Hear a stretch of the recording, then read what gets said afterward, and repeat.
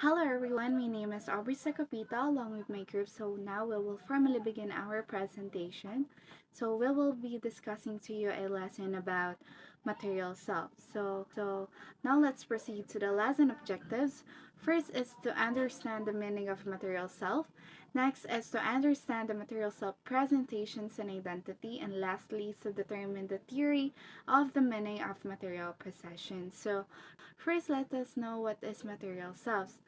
So, it is the ability to understand oneself in terms of the materials one possesses and how it is associated with his or her being. So, to put it simply, ang tinutukoy lang dito sa material self is it consists of a things that a person has or entities or institutions that a person belongs to. So, ito yung mga bagay or things such as our own body. We have our own body, it is ours, and same goes for family. We have our own family, and sa clothes naman, of course, when we vote something like clothes, it will eventually become ours.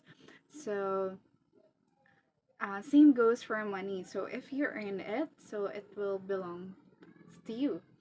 And according to William James, the core of the material self daw is the body. So bakit kaya? So according to him, body is the innermost part of a material self and each of us. So a certain part of the body seems to have intimately ours than the rest. So yung second important thing naman natin is clothes. Of course, cover of our body. So that is for material self.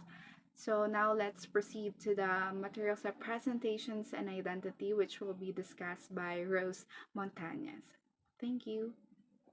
I will briefly discuss about the material self presentation and identity. But first, we need to know who is John Hesketh. So he is a British writer and a lecturer, and he said that there is a function and significance behind everyday things in our life. In short, yung mga simpleng bagay sa paligid natin na hindi natin masyado napagtutuunan ng pansin ay meron palang deeper meaning at nagre-reflect nito ang ating identity at personality. Now, let's talk about Roland Barthes naman dahil meron din siyang similar ideas. Isa siyang French critical theorist at meron siyang pinopularized noong 1950s, which is the semiology.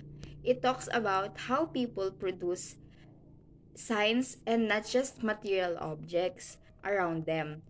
For example, is the quote saying na your room is a reflection of your mind.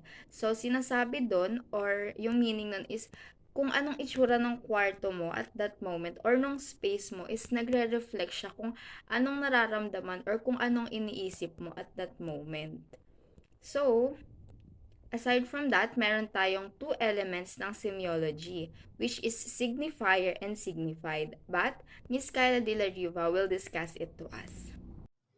In semiotic analysis, objects function as signifiers in the production of meaning. For example, clothes may have a simple functional meaning to cover and protect the body, but also double up as a sign. They construct a meaning and carry a message, which as a member of culture that one can understand. Bards argued that all things, verbal or visual, could be viewed as a kind of speech or language. This means that objects can speak and even the most ordinary object might be eloquent. Semiotic is the study of signs that bards introduce. Examine how words, photographs, image, and objects can work as a language to communicate a range of ideas, association, and feelings.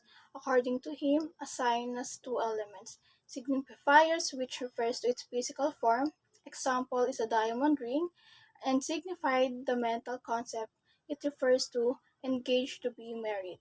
Hence, objects are not just things but a reflection of the wider lives of communication individuals. All this suggests that objects act as a complex system of signs which allow one to read meaning into people, places, and purpose. Through advertising, products become irresistible perfumes that just a sweet smelling liquid, but an essence of allure making it user irresistible. So next is Theory of Meaning of Material Possessions by Dittmar. So it suggests that material goods can fulfill a range of instrumental, social, symbolic, and affective functions. So I'll be discussing about the instrumental function and social symbolic functions. So first, we have here instrumental functions. It states here that it relates to the functional properties of a product. So for example, yung isang tao ay bumili siya ng pick-up style of car for his family and business functions. And next is social symbolic functions. It signifies personal qualities, social standing, group affiliation, and gender roles. So for example, buying an iPhone instead of other mobile phones. So, it means that yung same lang naman silang cellphone, same din sila ng function, pero dahil sabay nga sa uso, kaya gumago for the trend. Kahit na we all know that iPhone is hindi siya ganun ka-affordable, pero dahil nga sabay sa uso, kaya kino-consume siya ng ibang consumers. So now let's talk about the categorical function and self-expressive function. The categorical function is referred to the extent of which material possessions may be used to communicate group membership and social status. Ang example nito ay ang mga pagbili ng mga real estate, condo, or bahay sa isang subdivision na nagiging way para makapag-communicate sila sa mas maraming tao. While on the other hand, the self-expressive function is a function refers to the person's unique qualities, attitudes, and values. Ang example dito ay yung mga taong mahilig mag-collect ng mga bagay-bagay na nagre-represent sa kanila or sa favorite nila, sa kung ano yung kinahihiligan nila, like mga collector ng coins, collector ng figures, collector ng mga characters, and so on.